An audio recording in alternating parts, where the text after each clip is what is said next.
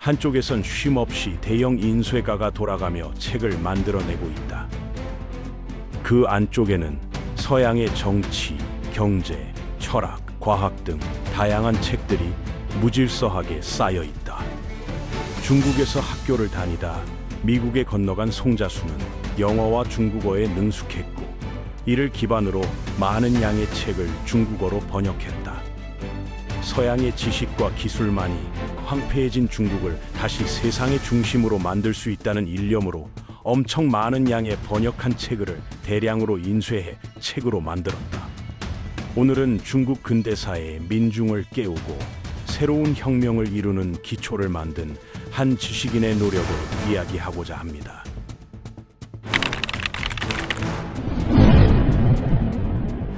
중국 근현대사를 바꾼 가장 강력한 가문은 송씨 일가입니다. 송자수라는 평범한 상인의 아들이 뿌린 씨앗이 어떻게 중국의 운명을 완전히 바꿔놓았는지 알려드리겠습니다. 또한 그의 세 딸 송경령, 송애령, 송미령은 각각 공산당, 국민당, 미국과의 관계를 장악하며 중국 역사의 삼각 권력을 형성했습니다. 송자수는 하이난 출신으로 14살에 미국으로 건너가 전혀 다른 인생을 살게 됩니다. 미국 남부의 한 가정에서 자라며 미국식 교육과 기독교, 서구 문화를 깊이 체득했고, 듀크 가문의 후원으로 대학 교육까지 받았습니다.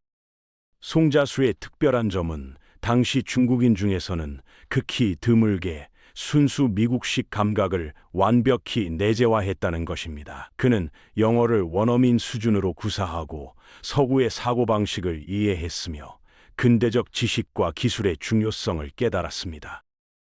감리교를 선교한다는 명목으로 대규모 자금을 받아 선교사로 중국에 돌아왔지만 단순한 종교 활동을 넘어 중국 사회의 근본적 변화를 꿈꿨습니다. 송자수는 중국의 변혁은 사고방식의 전환, 즉 지식혁명에서 시작된다고 믿었습니다.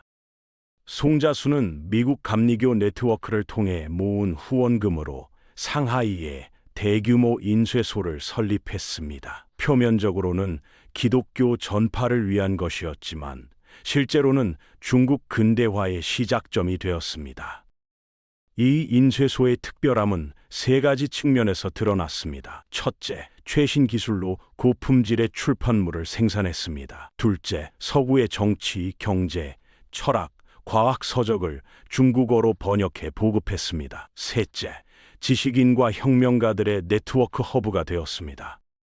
송자수의 인쇄소에서는 몽테스키 외에 법의 정신, 루소의 사회계약론, 미래 자유론, 스미스의 국부론 같은 서구 근대 사상서가 번역되었습니다. 이런 책들은 권리, 자유, 평등, 민주주의 같은 개념을 중국에 소개했고 유교적 세계관에 도전했습니다. 또한 다윈의 종의 기원 같은 과학서도 번역되어 중국인들의 자연과 사회에 대한 이해를 변화시켰습니다. 이 과정에서 민주, 자유, 권리, 헌법 같은 현대적 개념어들이 중국어에 도입되었습니다. 송자수는 순원과 깊은 관계를 맺으며 단순한 출판인을 넘어 혁명의 조력자가 되었습니다. 두 사람은 미국에서 교육받은 경험을 공유하며 중국의 미래에 대한 비전을 함께 나눴습니다. 송자수의 인쇄소는 순원의 혁명단체의 선전물을 비밀리에 인쇄했습니다. 겉으로는 종교 서적을 찍는 것처럼 보이지만 실제로는 혁명 사상을 담은 문서들을 전국으로 배포했습니다.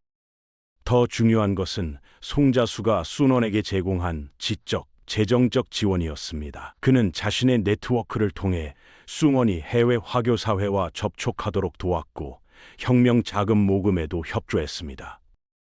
이 두 사람의 관계는 후에 송자수의 둘째 딸 송경령과 순원의 결혼으로 더욱 깊어졌습니다. 이 결혼은 단순한 개인적 인연을 넘어 중국 혁명사의 중요한 전환점이 되었습니다.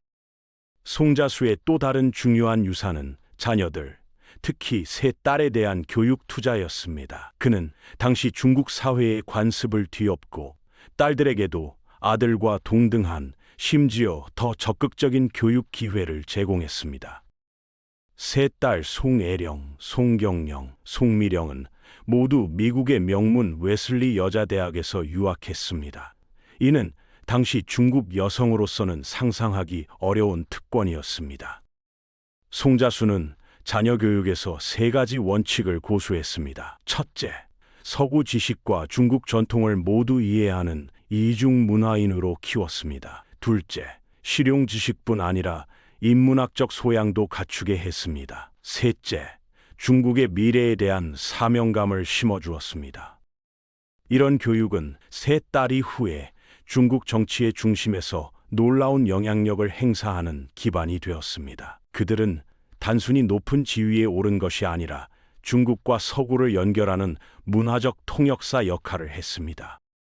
송자수의 세 딸은 각각 다른 방식으로 중국 근현대사에 핵심적인 영향을 미쳤습니다.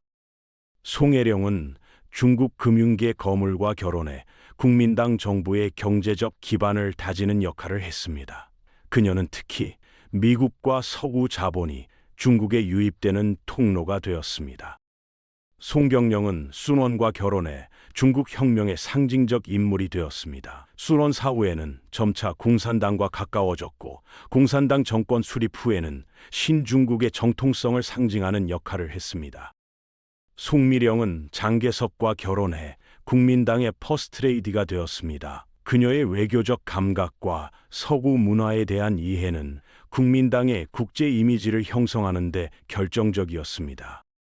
흥미로운 점은 이 세 자매가 각각 공산당, 국민당, 금융자본이라는 중국 근현대사의 세 축을 대표하는 위치에 있었다는 것입니다. 한 가족이 서로 대립하는 정치 세력의 중심에 동시에 존재하며 영향력을 행사한 것은 세계사에서도 유례가 없는 현상이었습니다. 송자수가 중국 근대화에 남긴 가장 중요한 유산은 지식의 민주화였습니다. 그는 소수 엘리트만 접근 가능했던 지식을 훨씬 더 넓은 층의 중국인들에게 전파했습니다. 그가 생산한 책들은 가격이 저렴했고 쉬운 언어로 쓰였으며 중국 전역으로 배포되었습니다. 이는 지적 각성의 물결을 일으켰고 신의 혁명, 오사운동 같은 중국 근대사의 중요한 변혁들을 이끌어냈습니다. 또한 송자수는 중국의 새로운 형태의 공론장을 만들었습니다. 그의 인쇄소에서 발행된 신문, 잡지, 팜플렛들은 중국인들이 공적 문제에 대해 토론하고 의견을 형성하는 공간을 제공했습니다. 송자수의 또 다른 중요한 공헌은 중국과 서구 사이의 문화적, 지적 교량 역할이었습니다. 그는 서구의 지식을 중국의 상황과 필요에 맞게 재해석하고 적용했습니다.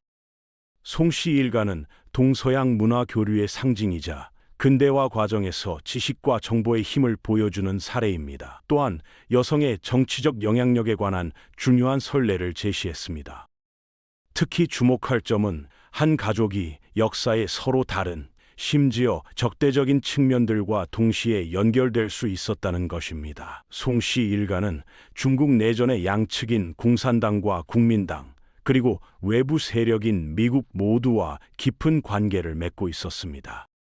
송자수와 그의 자녀들, 특히 세 딸은 중국 근현대사의 결정적 순간마다 중요한 역할을 했습니다. 그들은 표면적인 권력보다 더 강력한 영향력으로 중국의 미래를 형성했습니다.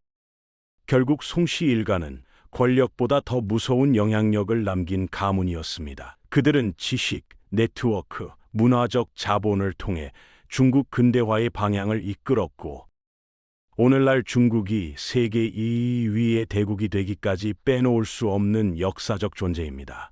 오늘도 끝까지 시청해 주셔서 감사합니다.